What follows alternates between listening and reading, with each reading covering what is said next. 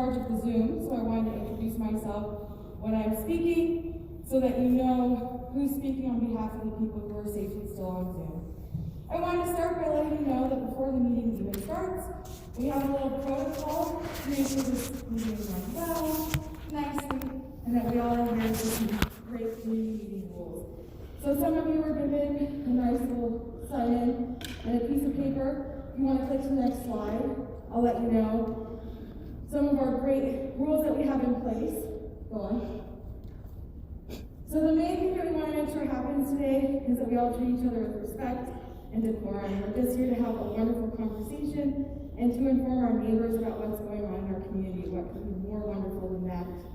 So we're taking today to remind you that there won't be any name calling, that we won't allow any booing, that we won't allow any hissing. This isn't Shakespeare, it's a community meeting. So we also want to let you know that we're going to be having a timekeeper for this meeting. So our timekeeper is going to be in the back. And the timekeeper is giving everyone 3 minutes to speak. At the end, we open it up to the community floor. So if you want to go to the next slide, please. So you'll get 3 minutes to speak, but the timekeeper will let you know when you have 30 seconds left. We're following a loose Robert's rules. It just allows there to be more room at this meeting and to make sure everyone's voices can be heard. At the end, this mic over here to my right will be the one that you'll use, and then we'll walk around to you for more of our able-bodied people are going to be walking around in case you need to stay in your seat. We want to respect that. Alrighty, so without further ado, I just want to remind everyone that one of our meeting etiquette rules is that this meeting is not to be recorded, not even on Zoom, and this meeting is off the record and not for attribution. This is just a community meeting. Alright, I'd like to give it over to our community speakers. You're not recording it, Zoom. That's down. Hi, thank you. My name is Lisa Sampson, and I am a humble community member. Just love living here and enjoy the peace and quiet of Village Grove too. And over the last 30 years have met so many wonderful neighborhood watch captains in the area and developed all sorts of camaraderie with neighbors and friends. I was one of the past PTO presidents at Tonalea. And in fact, I can remember raising money outside of Albertsons selling lemon pies just to get the glue that Mr. Casiopo used to put the mural together out there with the tiles, and wrote the grant with the Arizona Commission on the Arts to fund what's out there now that you see that is the Seal of Arizona and the character counts. So I'm pretty proud of that, and I really want to thank Nancy and Ed for working really hard to save that artwork, because I probably would have gone pretty 60s on everybody, chaining myself to it if they had decided to bulldoze that as well. Next slide.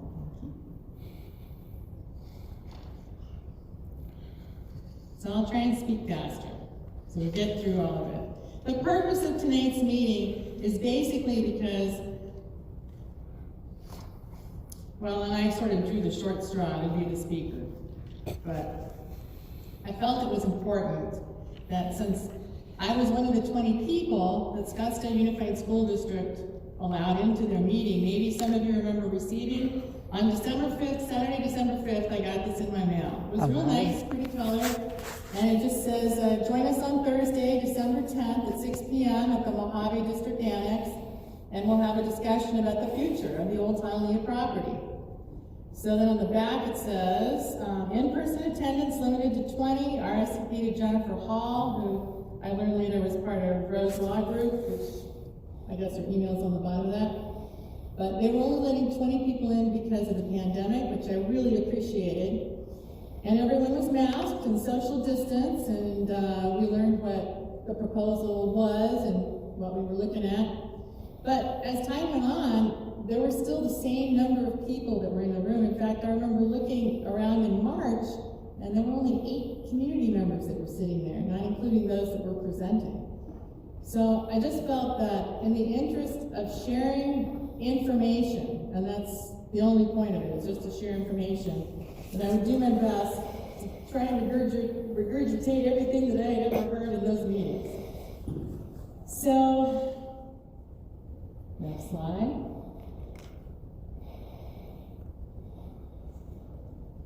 So on April 6th, there was an executive board meeting with Scottsdale Unified School District. They recused everyone in the room, excused us, and we left for about an hour, and when they came back, they said that they were now in a good faith agreement with Phoenix Rising. And that meant that that's an honest intent to act without taking an unfair advantage over a person or entity or to fulfill a promise. That's what the Free Dictionary said. And then on 4/15, they told those of us that were in the room, as you remember, those of you who were there, that we would be then getting something in the mail that would tell us from the district, time to vote. And I guess that was that moment where I was in that room and thought, time to vote. Those of us in the room maybe could vote, but what about all the hundreds and hundreds of people in the outlying area who don't have any idea what they'll be called to vote on? So that's the purpose. And I did a little research on good faith, and it says, next slide. One thing on the internet that they were quoting from Lexology in a conclusion of an article on January 16th said, a duty to negotiate in good faith may arise in situations where a stronger party uses its superior strength to put the weaker party in a situation where it is compelled to sign an agreement without having the opportunity to fully review or consider it. Although the courts view such a duty with suspicion and will likely only find it to exist in clear cases, the possibility of such a duty should inform how parties to a construction contract, particularly stronger ones, engage in negotiation with weaker parties. Anyway, I like to treat all my neighbors with good faith so that we're in an honest relationship, and I really hope that that's what happens with the district. I'm hoping. There isn't anything in writing except sheets of paper at our community visioning meeting. There have been 4 community visioning meetings: December 10th, January 21st, March 18th, and April 15th. April 15th was the last one. The last 2 we were at what I know as Supai, the now new Tonawanda campus on Continental. So a vote will be happening because according to Arizona state law, school districts can lease property for any number of purposes, including recreational uses, as long as the use is, quote, in the interest of the community. So we have to decide amongst ourselves if this is in the best interest of our community.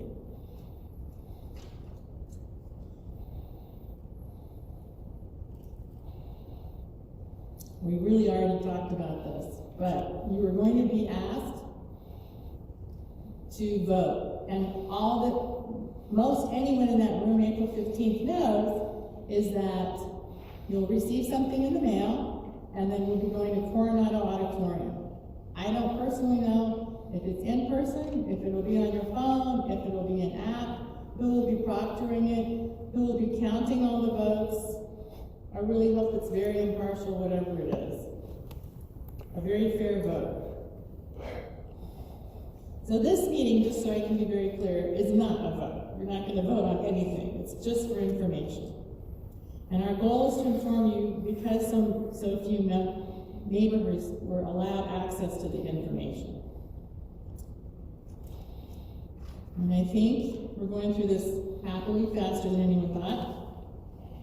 So when you vote, a yes vote would mean that you're okay with everything proposed and you have no concerns or changes. A no vote would mean that you're pretty much okay with everything that's been proposed. And the reverse, sorry. A vote no because you want changes to the existing proposal and your community voice represented in the space.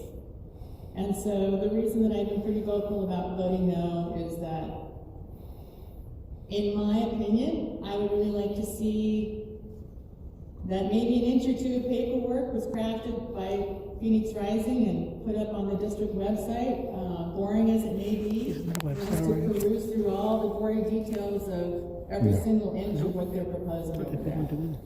That would be very transparent, and I'd be happy to read through 100 or 2 pages to try and figure it out. There isn't anything like that I'm aware of. I looked just before the meeting just to make sure. The only thing I have are a few things that were handed out at the visioning meeting, and I would wager to bet that nobody in the room has anything else that they printed out that's been given to them.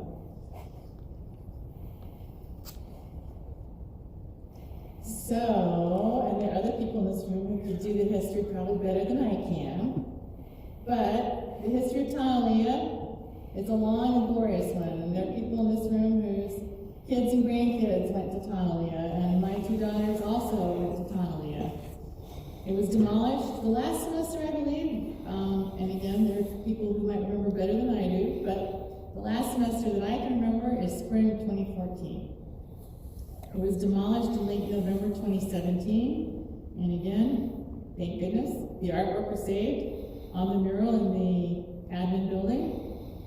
And thus far, the grounds have looked pretty good. Cleaned up by SUSD on a regular basis.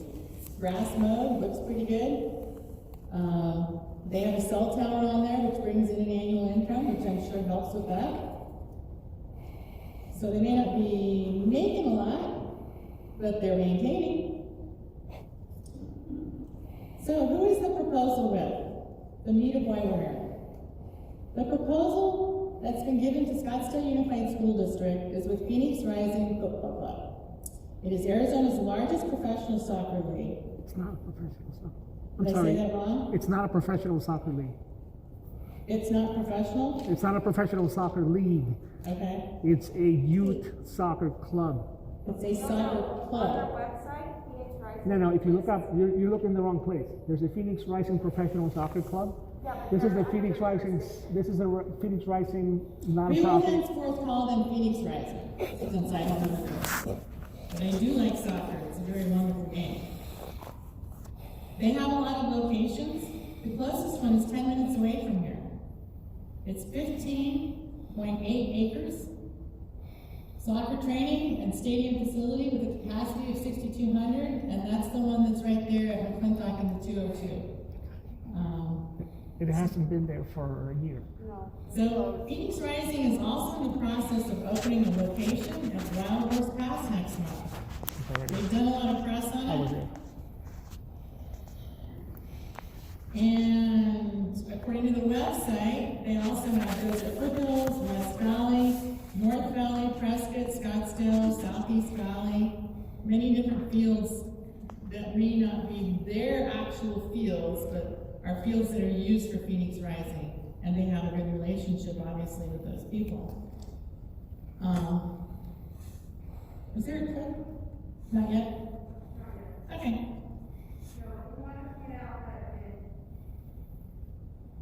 The list, just so that people in the community were asking, where does the company Phoenix Rising have their regions for their fields? And simply by going on their website, you can see that they have fields in Desert Foothills, West Valley, North Valley, Prescott, Scottsdale, and Southeast Valley. When you click down on Scottsdale, you can see that they have fields in Chaparral Park, Copper Ridge, McDowell Mountain Ranch Park, Rio Salado, Salt River, Scottsdale Sports Complex, and Scottsdale Community College, as well as the field that is 11 minutes, 10 minutes, 9 minutes, depending on how fast you drive, south of us. Thank you. That's true.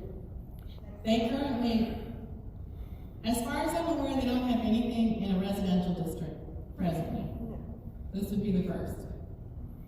They're all in So I'm just curious with the show of hands, how many people have lived in this neighborhood 20 years? Wow. That's a lot of people. Phoenix Rising, Phoenix Rising is hoping to sign a 20-year lease. Raise their hands. For 20 years. People on Zoom raise their hands. Continue, can you say that again, sorry? That's okay. Thank you, people on Zoom. I forgot I'm on Zoom. So they're proposing a 20-year lease with the district. It's a long time.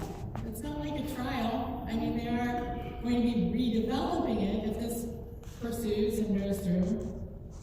But they will have 2 full-size soccer fields that will be lit, 4 banks of field lights, games held 6 to 7 days weekly with at least 2 yearly international tournaments. Their hours of operation will be 3:30 to 9:30 for their youth practice. This is all youth, which is a great thing they're proposing to do. I sat in the meeting on the 15th, and if anyone knows different in a little while, you can correct me, but we asked the district, how are you gonna dovetail your relationship if it goes through with SUSD and the kids for after school or any kids who want soccer, and there wasn't any plan at that moment on April 15th. The field will be accessible to only their youth practice. Games will be Saturday and Sunday and subject to change. They're building a new 2-story administrative building, which will be facing Oak Street. Not necessarily. There will be approximately 72 youth soccer players being dropped off every 3 hours. And every 3 hours, that will turn out from 3:30 to 9:30. No. What? Dropped off and picked up. Dropped off and picked up, that's right, and in between. 3:30 to 9:30 p.m. How No. many days a week? 5? Monday through Friday are the practices, and games are Saturday and Sunday. And that feels not. They do say that they will be resting the field probably 1 day a week, and at the time when I was in the room, they said it would be Monday or Friday, but I'm unclear on that. They typically don't practice on Fridays because you don't have a practice the day before a game. So, I was just told that just to they, clarify, the information on this slide is from the last paper that was handed out at the Phoenix Rising meeting, where they said Monday through Friday, and we're given the times 3:30 to 9:30, Saturday and Sunday. But if you check their website, some games are on different days based on kids' schedules. So that's why it says subject to change, because we recognize things might happen, it could rain, etc. But the main amount of time was Monday through Sunday games / practice. we'll definitely get to everyone's questions, I promise. So just to get you the facts of what it is, they're gonna double the parking spots, and on the south side of what we know now is the Tonellia Playground, next to the alley, there will be another 50 parking spots. So I believe that's 54 in the front and 50 in the back, so that's 104. They're also going to be doing a walking path around the whole property, I believe. And that will have some exercise bars for pull-ups and push-ups. I believe that will be open to the community. Yes. Then they will have a room within their new administrative building, they said, that when they're not using it, the community can use it and go online and schedule things. No, that's wrong. They're rebuilding the administrative office as a community room. That was said during the last meeting. There will be a space available to the community that we can check online. Yes, which is going So, to, what might this look like? Monica, do you have that clip? Yeah. Okay. So we have a clip that was Phoenix Rising Soccer. But while we're waiting for that clip, so I don't waste your time, and I'll go back, Monica. So some of the community's concerns are noise pollution, possible decrease in home values, no. safety for our That is streets decrease. because of all the vehicles, transient vehicles. Children and families will be coming in with no real invested interest in our community. There's really no plan for the overflow parking. When I heard international soccer tournaments twice a year, that for me was a good one.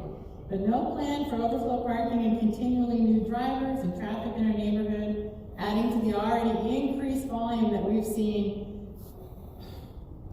I don't want to speak to it, but of course I'm opinionated about what's on McDowell and what's on Thomas now.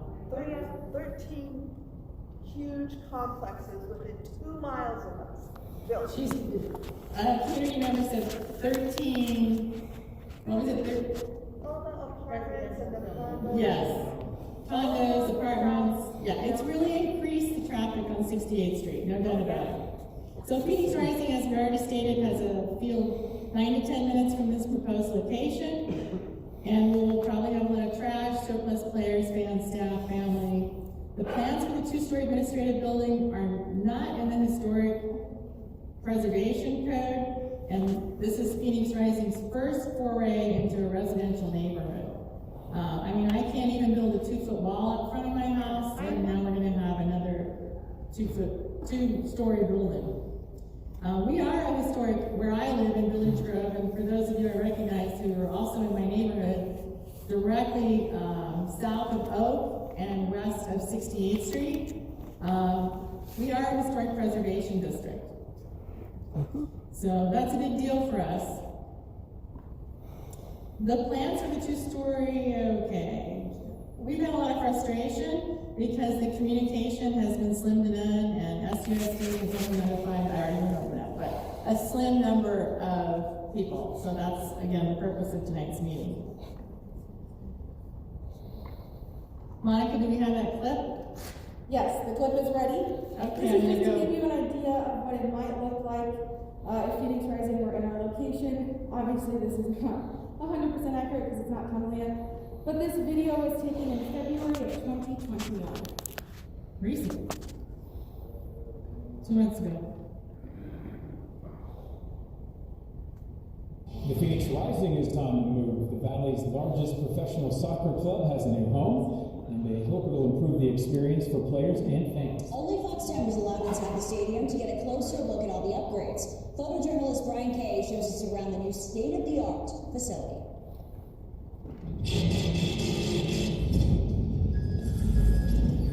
I would call it state of the art. It was We're nice. in home here at Wild Horse Pass. This offseason, we had a big move, a growth opportunity for our organization, and it's a step in the right direction and improves the fan experience. The beauty of our stadium that we have down in Tempe is it was a modular stadium, so we're able to take parts of that modular stadium and reuse those here and repurpose them. The fans will certainly notice a big step up and change. You know, when they enter into the facility, multiple points of ingress and egress, great access up the new 202 freeway here, right off the I-10, 10 miles south of Sky Harbor Airport, so very accessible and you know, paved parking lots, all new seats and an increased capacity. We'll have 10,000 seats here, and we're gonna have a large video board, dual-sided. One side to see the field, and we'll see the same thing on the other side of the stadium. There's a big dressing area behind it.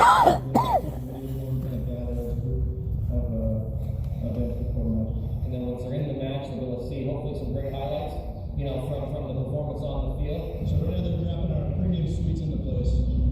We changed our premium area. We relocated it. We moved to the sidelines. It's a better vantage point for our premium guests. So we'll still have our fans that are sitting on the field and have that intimate, you know, courtside feel. We'll have that elevated premium terrace for our premium guests.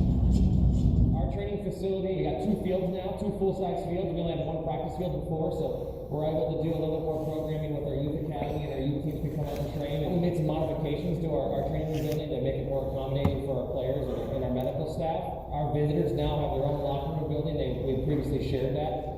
So when the visiting team came in, we had to move around a little bit. So you know, an improved experience for our team and improved experience for the visiting teams that come in here, as well as our front office. Our front office and administrative team will be on site, which helps for that overall culture and synergy of the organization. When the players walk out of our locker room, they go through the tunnel and march right out of the stadium field. The engagement from our fans is fantastic, and the environment, they carry the sound of soccer. You know, that's what I'm excited about, to have, you know, nearly 10,000 people here in this stadium, hopefully at some point this season, and singing, chanting, you know, smoke after goals, banging the drums, and that's the motivation, and that's what gives our players that extra juice to hopefully carry us for the entire 90 minutes and get results and ultimately celebrate with their fans. And that's why we do it. You know, that's a big reason why we made this move, and this relocation is for our fans, to improve the experience and check some short-term goals for us as an organization, and there's a tremendous amount of opportunity for long-term growth. What's gonna look like that? Brian Kay with that story. Phoenix remains the largest market in the country without a Major League Soccer franchise. And a lot of fans want to know, when will that change? Okay. I think we already did that.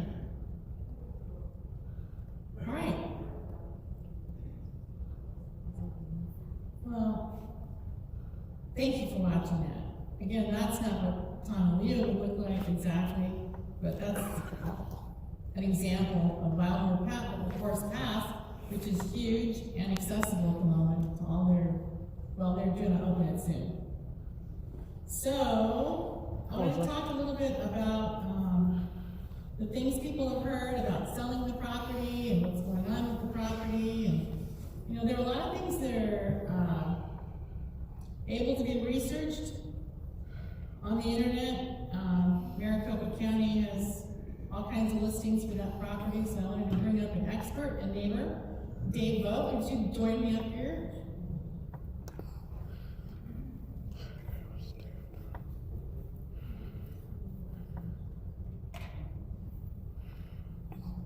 We'll just stay social distance and you can show yourself.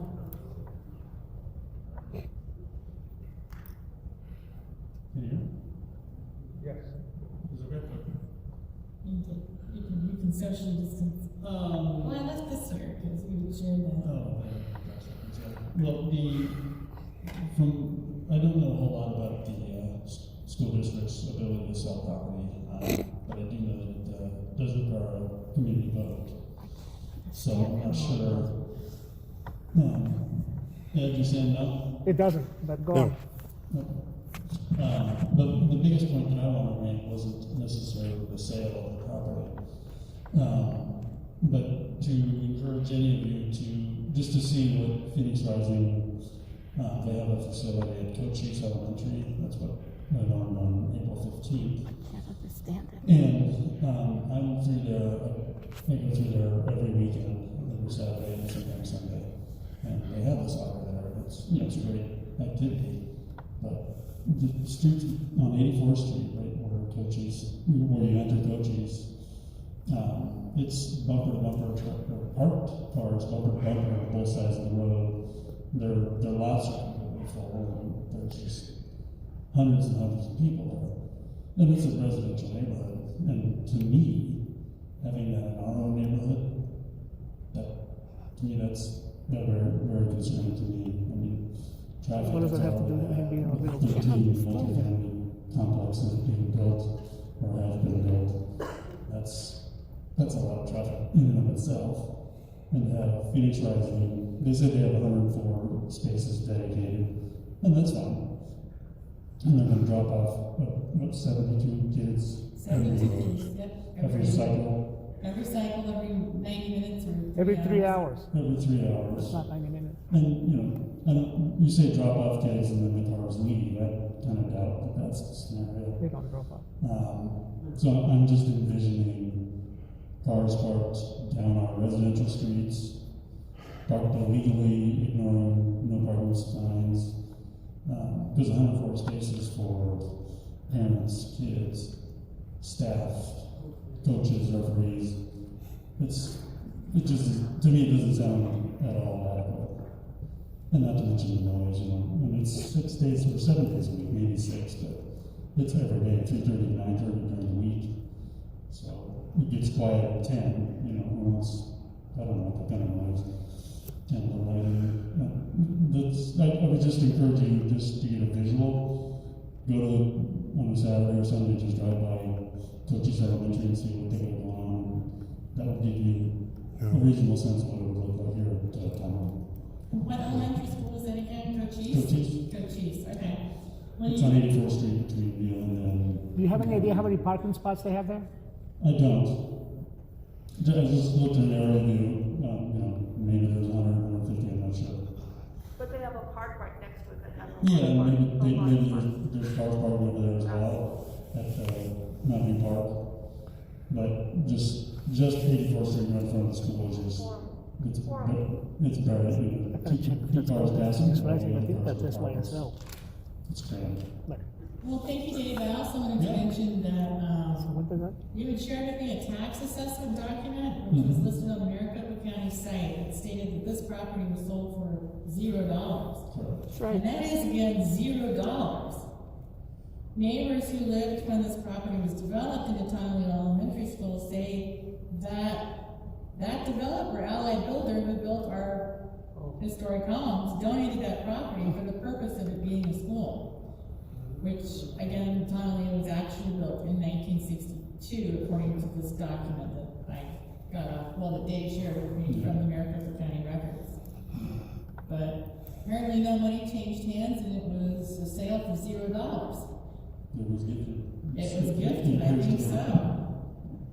So I don't know the ramifications of that, but apparently. Most, if I may, Lisa. We'll open it up for questions in a minute. Well, it's not a question, it's a clarification. You can say anything more you want to say about it. I was just gonna say, Most schools were sold for nothing because by law they had to separate part of the parcel. All the schools in South Scottsdale were built the same way. Any school that was originally with the neighborhood, because when the developer buys the parcels, they have to dedicate certain percent of time. Yes, they do by law. Okay.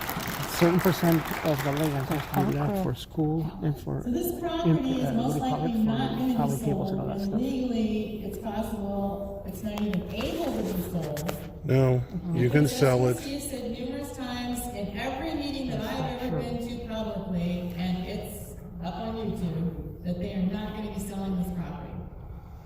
And according to AZ Central News article, which also said that was on April 8th, 2014, that there will need to be a public vote prior to any sale.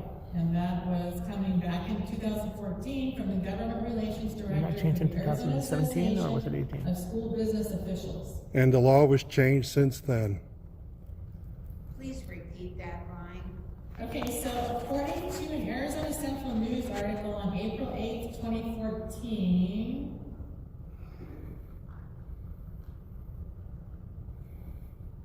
Was it SB 1811? Yeah. oh, according to the Arizona Central News article on April 8th, 2014, there will need to be a public vote prior to any sale. And that's just something that I'm quoting from that news article that came out in April of 2014. And they quoted the Government Relations Director for the Arizona Association of School Business Officials. So the other issue was, what kind of an eyesore could Tonalea be? And you know what? Living really close and seeing how manicured it is and how well it's taken care of, it's pretty sad that it's boarded up, a small little building, and the art is still there. But having checked personally with Crime Prevention Officer Curtis Plockington, he said, and I quote in an email to me, he said, regarding the old Tonalea campus, we have only had 4 police responses to that location since January 2020. And that's almost a year and a half. 2 of the instances were just an officer initiated by walking the campus or patrolling, and the other 2 were an animal problem where someone was walking their dog off of a leash. The other was a checked subject where a caller reported to the police department that they only heard someone on the property, and when the officers arrived, they didn't locate anyone. So that's since January 1st, 2020. And there have been 0 reports or field contacts at that location since then. You do realize Tonalea is in Scottsdale. That this Scottsdale police officer researched and sent to me 2 days ago. So was it a 1 day Scottsdale? ago. Was it a Scottsdale police officer or a Okay, Phoenix PD? so he's a Scottsdale police officer. Okay, Read your that's slide. Yes. His slide says Phoenix. Your slide says Phoenix. Tonalea is in Scottsdale. So did you get the information from Phoenix or Scottsdale? Got it from This Scottsdale. is saying that the slide said Officer. Continuing. Point of order. The floor is not open for questioning right now. not yet, no, but I'm happy to open it up really soon. I'm sorry to keep you waiting. I'm checking to see what it said. Phoenix PD, that was a mistake. It's Scottsdale Police Department. And that's where Officer Plockington works. And I met him last Saturday when I was at a neighborhood watch event. Anyway, other proposals. Is it the only proposal? Yeah. Phoenix Rising's proposal to the district? Currently, Scottsdale Unified School District is not able to hear legally any proposals because of the good faith negotiation which happened at the executive board meeting between Phoenix Rising and the district. So voting no guarantees that the community other proposals will even be entertained, or that changes could be made to what Phoenix Rising is already proposing, whether it be in writing or verbally. There is another proposal, which the district is aware of.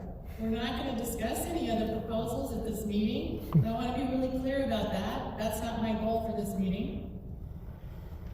So if you wanted to share an email afterwards, we could talk to you about any other proposals that we're aware of, but that's not the point of the meeting.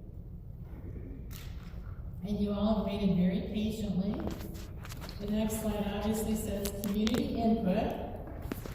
Okay, so we are going to open up the floor to community input. I'm going to start with the Zoom comments, just to give one person or two people on Zoom an opportunity since they're not here in person. I want to let you know that we'll be walking around with a microphone, and we're going to try and get to as many of you in time as possible. Remember, you have 3 minutes, and you will be given a 30-second warning, and then you will be called time when your time is up. I do want to let you know that tonight is not about a debate, right? It's just to answer questions and hopefully help everyone. I am in no way affiliated with SUSD or Phoenix Rising. Neither is Lisa affiliated with SUSD or Phoenix Rising. No, I just we hope that we can answer you to the best of our ability, but if you ask a question that might be a district question or a Phoenix Rising question, please know we're just talking to you as community members, and the goal is just to be a strong, informed community. So without further ado, is it okay if I read the one on Zoom first? Okay, great. We should go maybe back and forth, you know. Yeah. So the first comment on Zoom says, what really bothers me is that SUSD made this agreement with Phoenix Rising without once polling the community on what they wanted. They made an executive agreement where there are members of the community with their own ideas for what to do with their community. People should vote no, simply to uphold democracy in this community. They don't bother to hold a vote until people start putting pressure on them to do so. I'm voting no, so that we have a real chance to vote on what to do with this space. Okay. It was more of a comment than a question. Yeah, which is fine. There's comments for that too. I think you were first.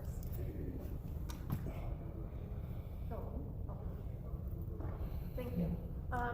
Okay, so my concern is that Phoenix Rising. I can't hear you. I'm in the same room. I got you. Oh, Okay, so my concern is that Phoenix Rising Youth League, probably doesn't have very many in our community. They are all in outreaching areas. These people will not, I've grown up in soccer, my kids, my grandkids, these people will not come to their practices. So you're a soccer fan? Oh God, yes. Oh, excuse me. Yes. We can say God in this conversation. I think this is the space you're allowed to say that. But I know that these parents will not come and drop off their kids and go away and come back. They can't because they live too far away. And there will not be enough parking. It will absolutely go out onto the streets because when you have games, you have roughly 15 kids per team, so that's 30. 2 teams, that's 60. They're staying, and the next team is coming in. Times 2 fields? Yeah. their grandparents, their parents, Yeah. their family members. And then they're coming in, and this team hasn't finished yet because they have to be there early. And so, where else are they going to park? Not in the 100 parking spaces they have. They're going to park in our neighborhoods. And I am adamantly against this. No matter how much I love soccer, I live and breathe soccer. I am adamantly against this in a residential community that is overrun already by all this massive construction of apartments and condos and their cars into the community. Thank you. Do you mind me asking? Thank you so much. I live up in Vernon and Oak. Okay. I mean 68th and Vernon. Thank you. Zoom and then I'll jump into you, sir. Sorry. We're just trying to be fair and go back and forth. Okay, so Amy wants to know when we can vote. She said, I'm voting no, when can we vote?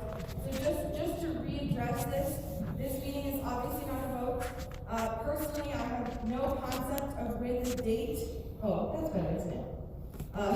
Amy says on Zoom that she's voting no, but she wants to know when can we vote. This meeting is not a vote.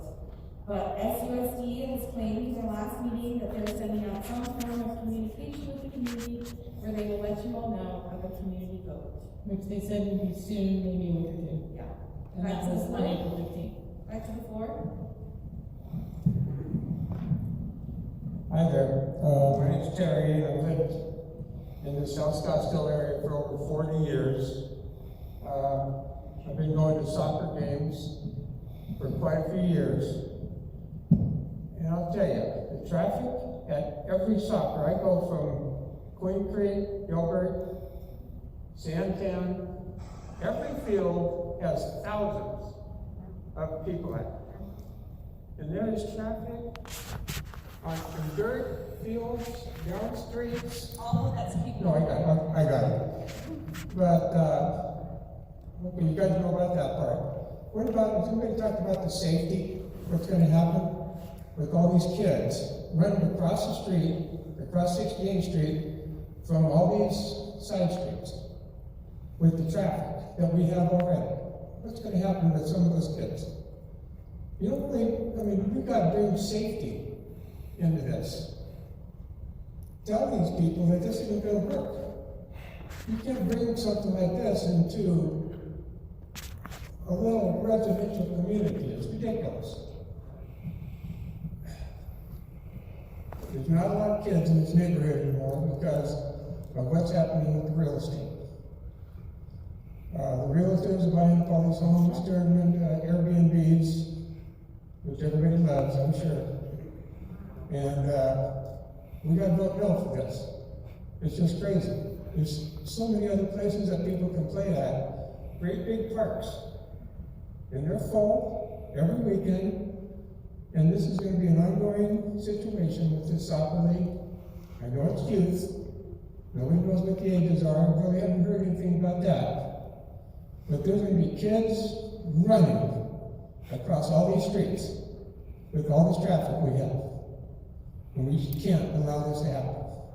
It's not the place to have a soccer field. Thank you. Thank you. Okay. Rich Simmons on Zoom. Rich Simmons on Zoom says, assuming that this agreement will generate revenue for the school district, is the revenue restricted in any way for use in our community, or will it go directly into the SUSD general fund? In other words, he says, do we get all the pain and none of the gain? Right, exactly. That's a good question. I don't think anyone knows where that money's going. I do. I think that's a great question to ask at the vote. I saw this woman with the mask and I'm coming to you.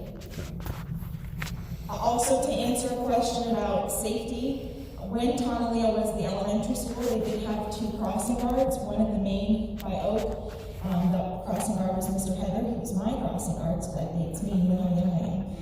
And then they had one on 66th Street. There are no proposed crossing guards as part of the safety for the Phoenix Rising proposal that I'm aware of, and I was a member of the vision committee.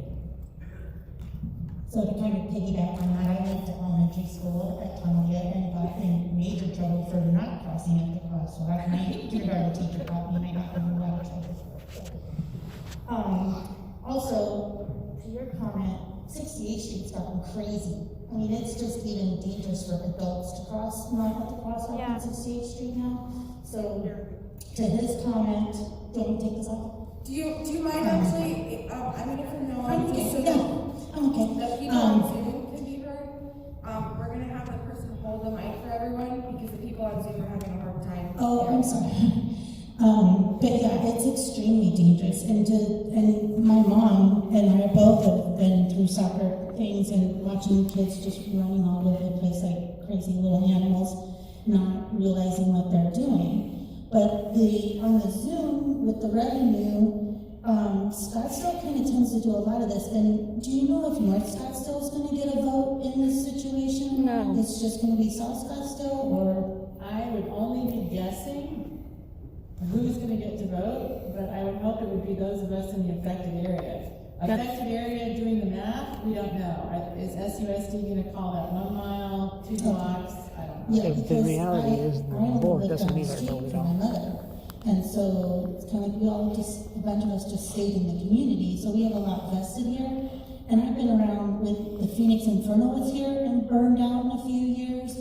And it's like, what's gonna happen with Phoenix Rising if it burns out? I just don't believe it'll be around for 20 years, no way. Not in Arizona, no way. Okay, Zoom question and then person? Yes. And then behind you, Amber, she's had her hand up. Okay, I have a couple questions on here, so I'm gonna try and get through as many as I can. You guys are doing a good job. So the next question is, I'm curious to know if there are any other proposals which were offered prior to this offer, or maybe after to the offer of closing Tonalea.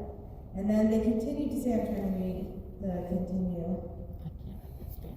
I'll be surprised if this is the first proposal taken seriously in almost 20 years that Tonalea closed. Well, first of all, Tonalea has not been closed for 20 years. It's just been closed since May of 2014. And according to what the district said to us in the visioning meetings, they had many developers drooling over that one little square of land in the middle of our residential district. Many. Which I don't doubt, because we're overdeveloped in my opinion on Thomas and McDowell. But there was one proposal that got in late November that was not considered, even though on December 10th, they said in the visioning meeting that this was, and I quote, not a done deal. We are entertaining other proposals. We just didn't receive any. So that's why there's a. But legally, we can't talk about any other proposals at this meeting. When you vote, you'll be voting just on the Phoenix Rising proposal itself. You'll be voting yes or no. And it really would dilute the dialogue right now to talk about anything else. And so really, it's just about information.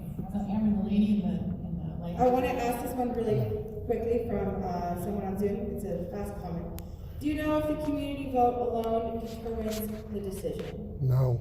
We don't know that. I have no authority in it. I don't. None of us are directly from SUSD, so they could do something else. They could change their minds. Many things have happened. But according to the good faith negotiation contract, a yes or no vote will move forward or stop how they negotiated the property thus far. So continue. I have, he was first. So no, she's actually had her hand up longer. It doesn't matter. I don't want to slight anyone. I just want to be heard. Okay, my name is Edwin Richard, and I've actually been involved in this for very long. Regarding other offers, yes, there's been multiple, because I spoke to multiple superintendents and facilities managers. Yes, there's multiple bids for that property. We're not going to discuss the details like you stated, but there has been and continue to be multiple bids. Two, regarding the safety with the kids. I don't know why you showed a video showing a professional team. This is a junior league.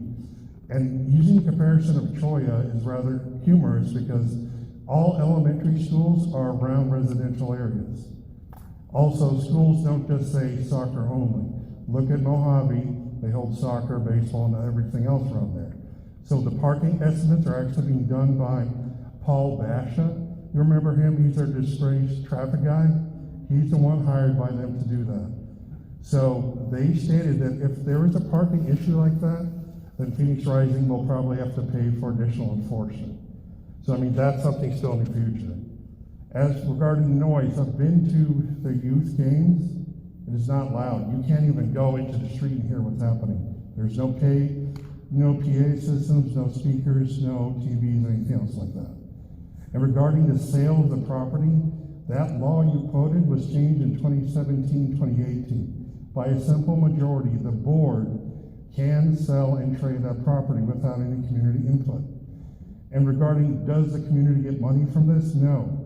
SUSD owns the property. All income they receive goes for their needs.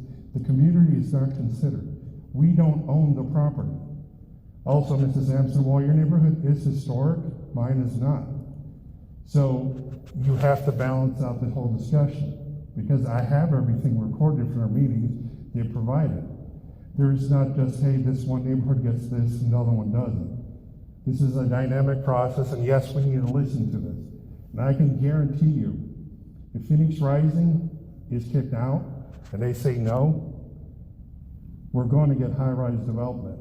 And then, what type of meeting are you going to have then?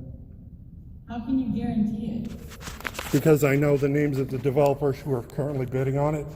One approached me during my Saturday meeting. I have his business card. But to clarify, you don't work for the district, this is just. Nope. Thank you.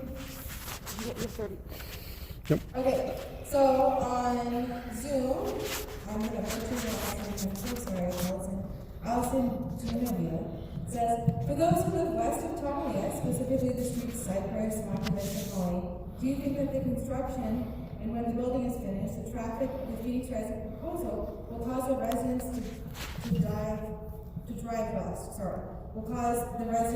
west down the streets and have to use the Oak Light to even get onto 68? What a possible nightmare to even leave our own homes. Yeah.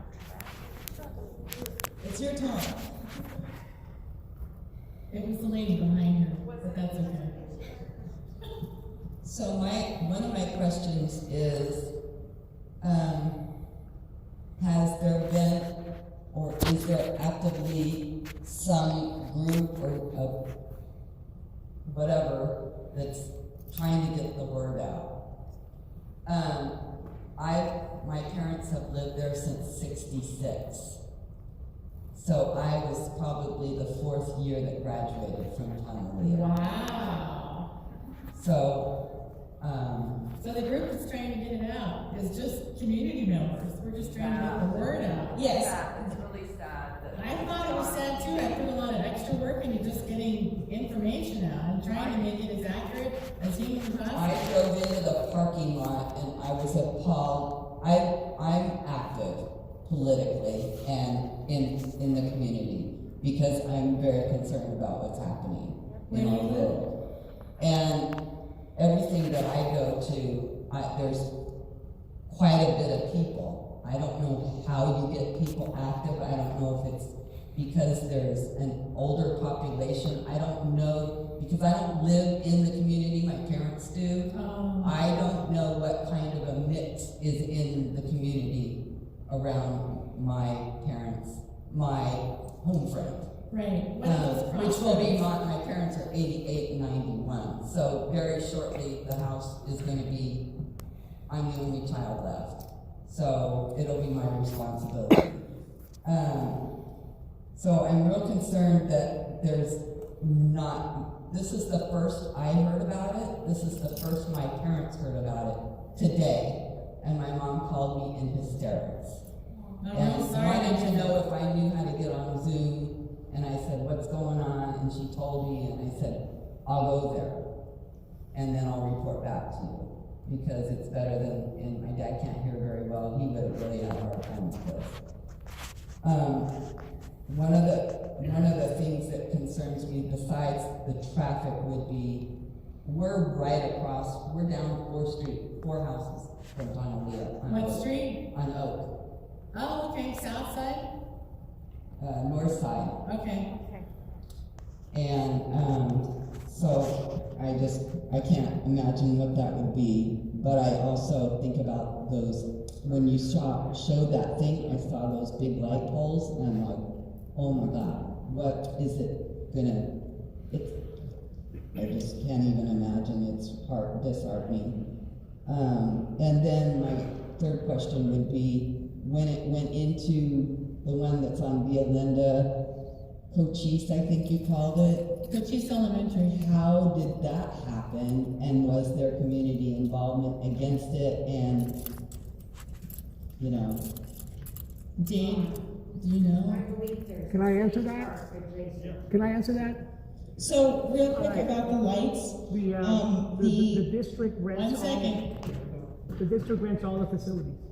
So I go to Coronado. My facility can be rented by other people during the weekends, and it is rented at times. So anybody can rent the facilities. And there are soccer clubs basically on pretty much, there's the Scottsville Premier and the SYSL that are pretty much in every campus in No one SYSL. can hear you, Jose. I'm really sorry. What you have to say is valuable, so wait a minute. Remember, you were addressing something she said about the lights. To address your question about the lights, Phoenix Rising has commented on that. If you go to the district's website, they have a website about the visioning committee meetings. So the only time we would have been informed that this was happening was the mailer that she held up that was distributed for the meeting on December 10th. From that meeting, select members wrote their email down and they were part of the visioning committee. They attended several meetings and heard about the vision and asked questions. One of the questions we did have was about lights. The answer for the lights to the best of my ability, and again, you can go on the district's website where they talk about this purchase and you can see more information about the proposal, is that the lights can be viewed at other locations. So you can go to another location and view something similar to the lights. I can't address the exact location where those lights are, but you can go online and look at other locations where they have similar light facilities. None of them are in the neighborhoods, they're all in park areas, but yet they want the same light. They're all in neighborhoods. All those parks are in neighborhoods. Okay, so Can I answer the question about the? And now it's I got it. So I'm reading one from, wait, let him answer. All right, the Scottsdale School District rents all the facilities, all their fields are rented at one time or another. So I go to Coronado, my field is rented on the weekends, and, you know, it's open to the community also, but it's also, you can rent the facility and use it. Pretty much all the elementary campuses have some sort of soccer in them. There's the Scottsdale Premier Soccer Club, Scottsdale Youth Soccer League. They are all constantly using those fields. What's that? That's because they don't have lights, they don't have the money. Yes, yes, but to go with your traffic thing that you said about every 90 minutes, the reason they're staggering the games every 3 hours is so that one game is over, those people leave, and then the next people come in. If a game lasts 90 minutes, okay, let's say 100 minutes, okay, because you gotta have a halftime and you gotta have blah, blah, blah. So 110 minutes, right? And they're not scheduling games every 2 hours, they're scheduling games every 3 hours. Thank you. And Dave, she's saying that kids are required to be there half an hour to an hour. That the school you so I'm gonna go to Zoom, sorry. I'm gonna go to Zoom and then you deserve this. So the next comment on Zoom says, can someone address the way the visioning meetings discussions worked? And then someone else privately said, can you just go through the timeline of how the visioning committee meetings worked? So I'm gonna pass it over to you. Okay, the timeline was really pretty basic. We received this flyer at our house on Saturday, December 5th, announcing a meeting that you needed to email someone. It says clearly in-person attendance limited to 20, and it was because of the pandemic and masks and social distancing. So when you responded and you got an email back saying you were accepted, or I don't know if anyone tried to get in that was rejected, but actually I do know of somebody who wanted to get in and was told they couldn't get in. So the chronology of the meetings were, and I said this before, but it was December 10th, January 21st, March 18th, and April 15th. And the decorum of the meetings were that there was an initial introduction by Dennis Roller, the Facilities Management Director of SUSD, and they were all videoed, I believe. They're all up on YouTube right now. And for any of you that were there, let me know. I haven't watched them all. Are they all up on YouTube? No, they're not. No. Well, I thought they were accessible. Anyway. Hold on a second. So, Lisa, you're incorrect. December 10th is on YouTube, if you look up the SUSD proposal. So just to clarify for the person asking, it seems from what I'm gathering that there were several meetings with a few community members where they had discussions with SUSD and Phoenix Rising to try and get some form of understanding about moving forward. Actually, that's incorrect. There was meetings beforehand. We were just trying to get clarity from Phoenix Rising what they were proposing, and then we were allowed to ask questions, and Phoenix Rising answered questions. When was the original meeting? They did a PowerPoint Coronado December High 10th. School. Yeah, but when? It was pretty basic, and I was just saddened. What made me want to take action was the March 18th meeting where there were so few people in attendance. So, next question. So, living on the west side of 68th Street in the historic Village Grove area, we've always had to comply with a lot of the free-for-all being historic. So many of our neighbors have tried to make adjustments to their properties, and we've always received notifications that this was going to happen. First, it had to be approved by the city, and then it had to be approved by the residents in our neighborhood. I know a lot of people had to take down structures that were built improperly, not met to code. We also have the, if you replace your windows and you make it do the same grid lines of the original windows, you get a rebate from the city of Scottsdale. So we've had, you know, a lot of policing in our area over time. On the east side where Tamalia is, I'm asking, is that actually, that's not historic? No, That's it's not not. historic. It's just our little pocket from south side of Oak down to Almeria and the west side of 68th Street, Village Road too. Okay, and I kind of thought, well, actually, he kind of said it wasn't. It just seems to me that if they really want to preserve our neighborhood, that putting out something like this is not going to help it. I mean, we all know the congestion of the situation is atrocious, but in reality, it really kind of destroys our neighborhood.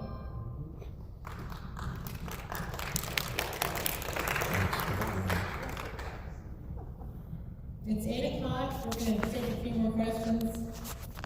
Yeah.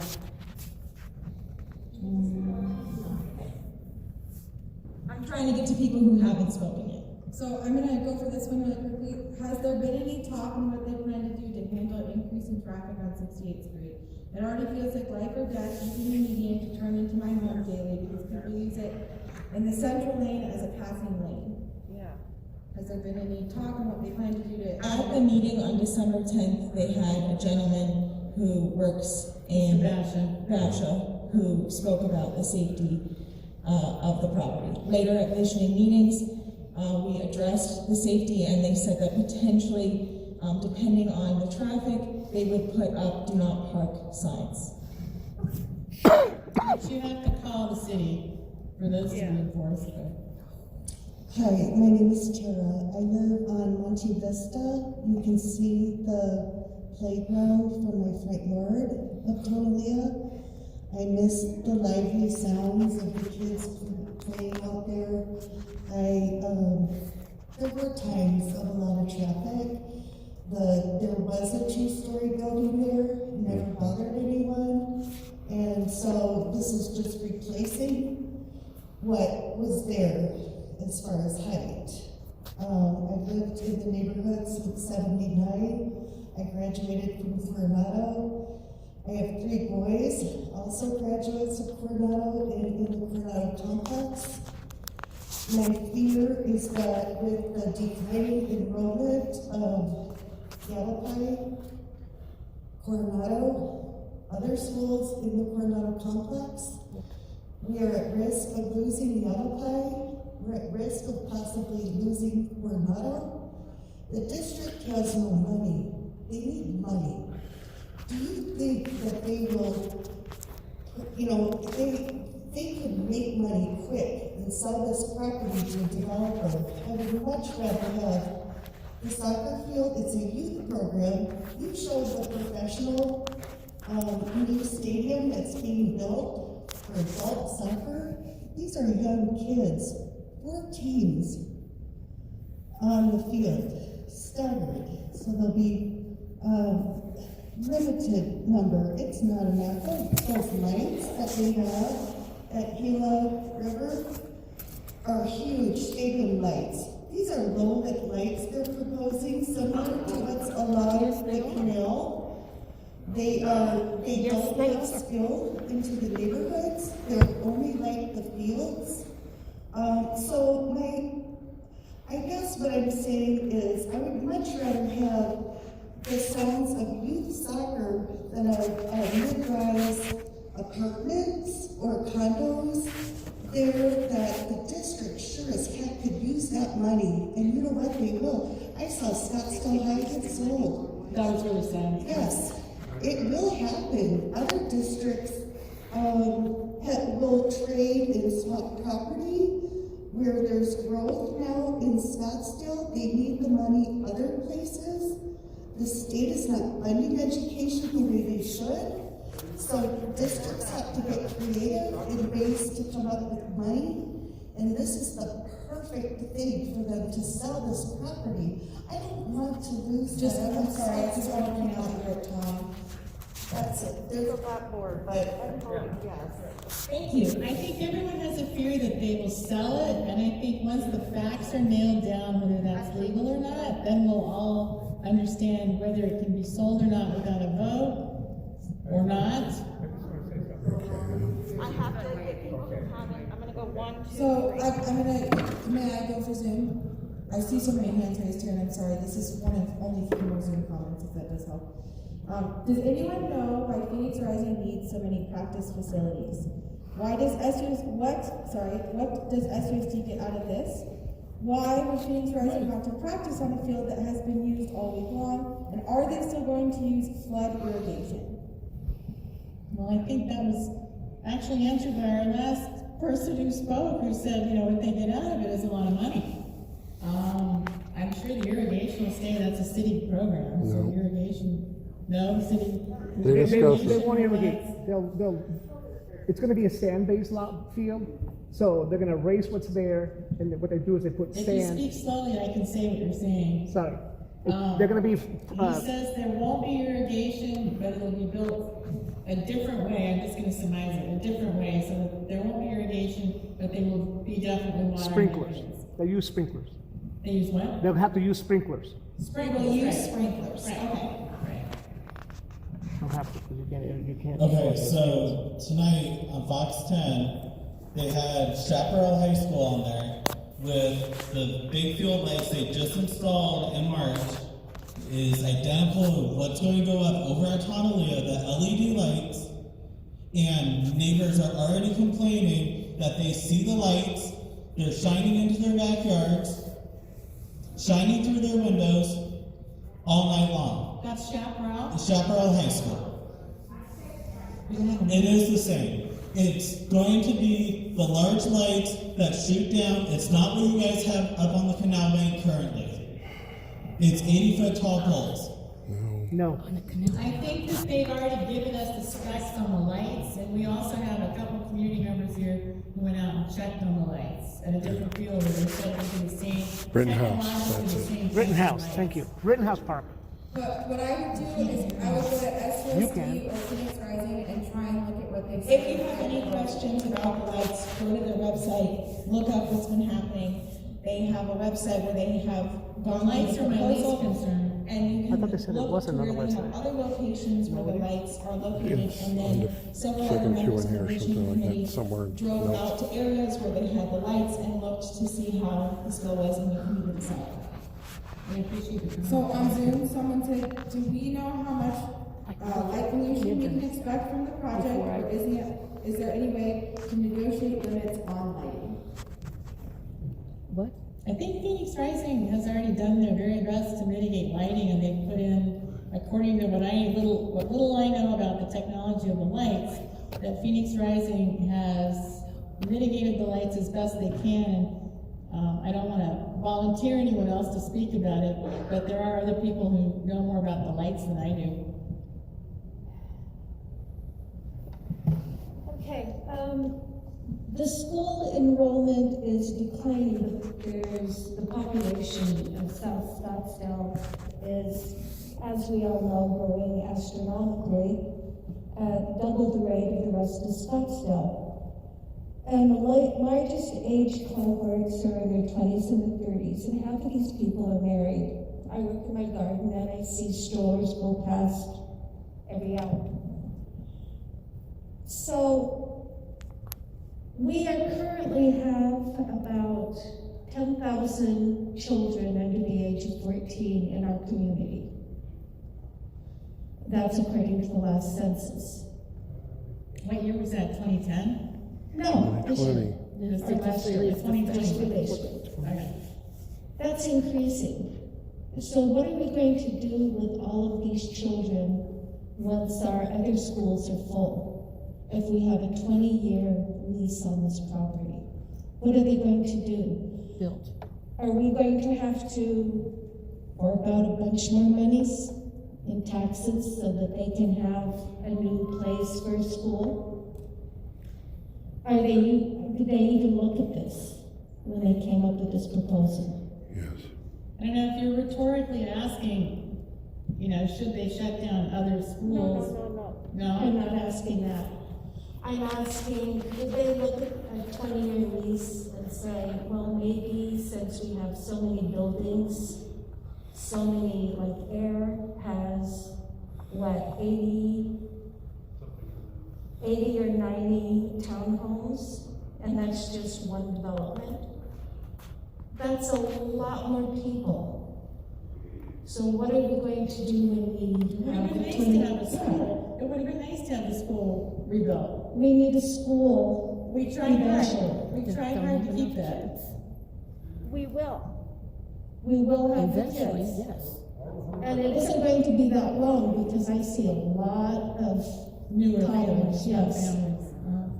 All the homes are turning into rentals and Airbnbs. Not in my street. Not all. And then, are you answering, or you do have a question? I want to answer. I think Nancy's had her hand up. But I can wait. Nancy, actually, and then the woman in the back, I don't think I can reach you always, so is there any way you could come closer when I come to you for mic? The cord can't reach.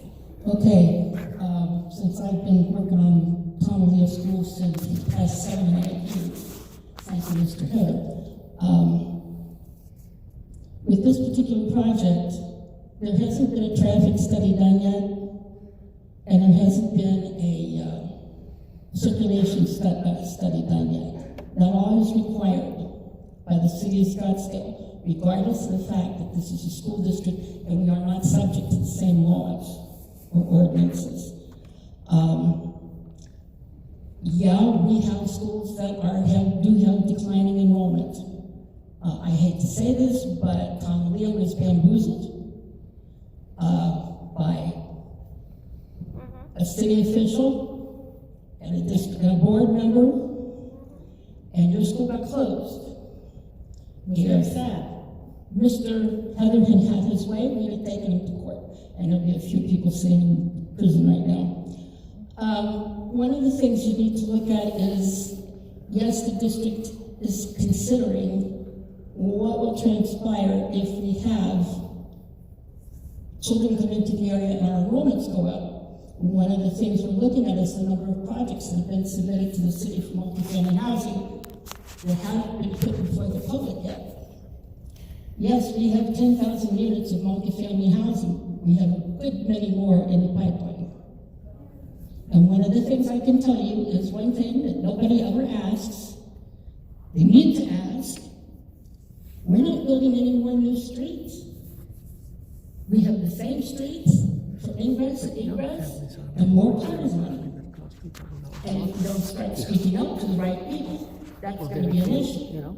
Lighting, there is a light ordinance in the city of Scottsdale. Number one, the people who are the property surrounding any property, whether it's school district or not, have to weigh in with the city on whether or not the lighting qualifies. I can tell you for sure that Pima School, I had to be part of that because I was part of a neighborhood commission. And the lighting that went up at Pima School had to be in sync with the city. It was not something, because we are a low light city. Ha ha. The other thing,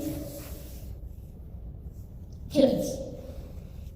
There's a lady sitting in the audience here who at one point said, when you remove the kids, you remove the heart of a community. I want to see that happen. I go to Gilbert, fields are full. I go to Chandler, fields are full. But we have kids in our neighborhood. I understand that, and those kids would be part of this program. Yes, they would. It's open to kids in the neighborhood. We asked last week. Some already are. Thank you. We asked, to the best I can remember, Nancy, we asked the question April 15th. What are you going to do for the kids in SUSD in this school district? And they didn't really have an answer. Well, they're eligible to participate. They are eligible to participate. Yes, I do. My son played it to the Olympics.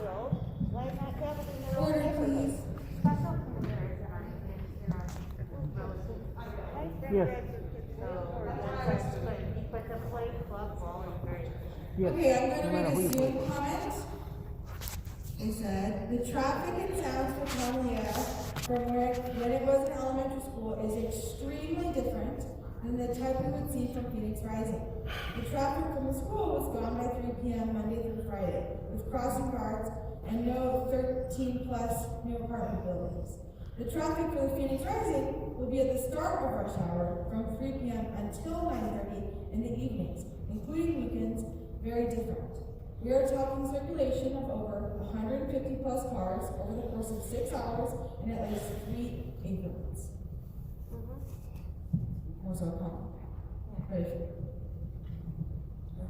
Can't be hard to get out on 68th Street now. I couldn't hear someone answer that. No, it's more of a comment. It's more of a comment. Okay. Just trying to Next question, next question. Hi, my name is Deb Barnhart, and my parents bought their house on Cypress. It originally was 68 close, but they turned those 3 houses into Cypress. I was 4 years old when we moved in, 1958. So I went to all grades except for kindergarten. I was too young apparently to go to kindergarten. But I graduated from Tonalea in 1968, Coronado 72.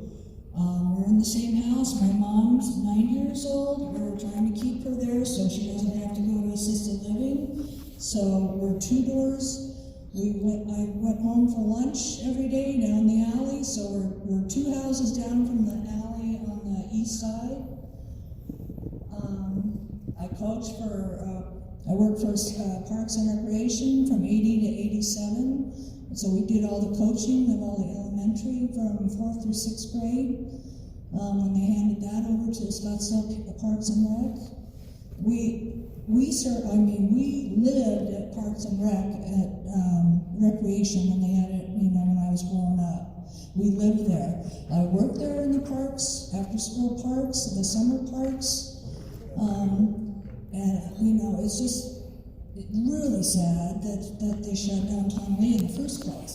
My main concern is there's confusion. I'm confused now because I thought, that they were gonna. This is the only option is the soccer, or if this doesn't happen, then they don't have. The school district has no money, so they will eventually sell to the developers, and all this development going around, is not good. It used to be that when you bought a property, it was like what school district is it near a school?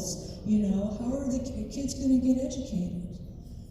I used to coach at Subai. There's no more Subai. I coached at Tonalea, So, and it's just kind of disappearing. So my main concern is, number one, before this vote, do we know for sure there is no way that the school district is going to sell or trade the property?